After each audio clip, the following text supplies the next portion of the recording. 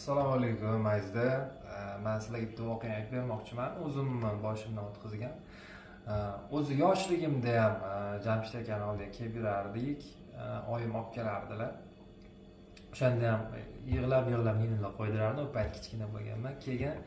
Undan keyin bitta institutga oliygoh kirgandan keyin adashmasam 3-kurs edim. Shu payt juda ham sovuq kunda shunaqa sahnamiz bor edi. Yomg'irda turish kerak edi, yomg'ir yo'q. Qish payti o'shani suv sepadiganni sepib turishgan. Sovuqda boshimda o'sha sahnada turib shamolatib qo'yganman. Juda qattiq og'rigan. O'sha 3-kurs bo'lsam, hozir bundan 3 yilmi, 4 yil avvalda juda qattiq og'rirdi.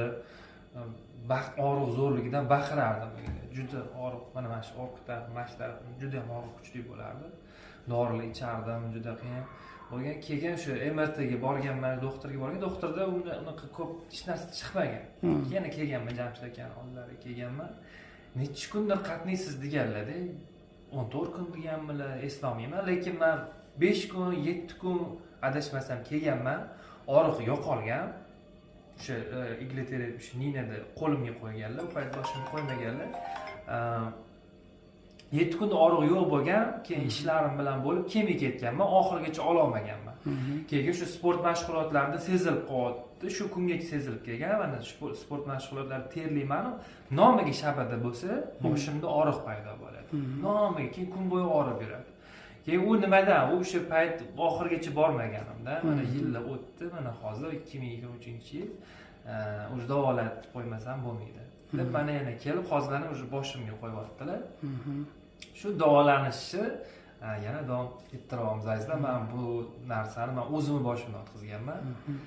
Va meni onam o'sha nechinchi juda kichkina bo'lganman, onam juda toblari bo'lmaganda Jamshid akani oldilariga kelganlar va o'sha muolajalarni olganlar, o'zlarini o'qitib dam soldirganlar, yaxshi bo'lib ketganlar. O'sha paytlarni aniq eslayman. Hozir men sizlarga o'zim onam haqida va o'zim haqimda, o'zim boshimdan o'tgan shu og'riqlar haqida gapirib berdim azizlar.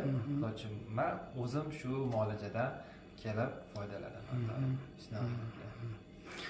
Azizlar, mana bizni qadrdon do'stimizni Oybekni o'g'illari o'shanga oilaviy mana bordi keldi qilardik. Chunki mana bizni oldimizda mana tug'ilib katta bo'lgan shu o'g'limiz tengi, shunga mana muolajaga kelib, hozir ham mana aka-ukaday bo'lib kelib mana suhbatlashib shunaqa ketadilar. Sog' bo'lsinlar, Alloh shifosini bersin, g'oyibidan yetkazib ishlarini ham rivojini bersin. Nimaiki yaxshi niyatlarida bo'lsa, o'sha shar'iy maqsadlardagi hamma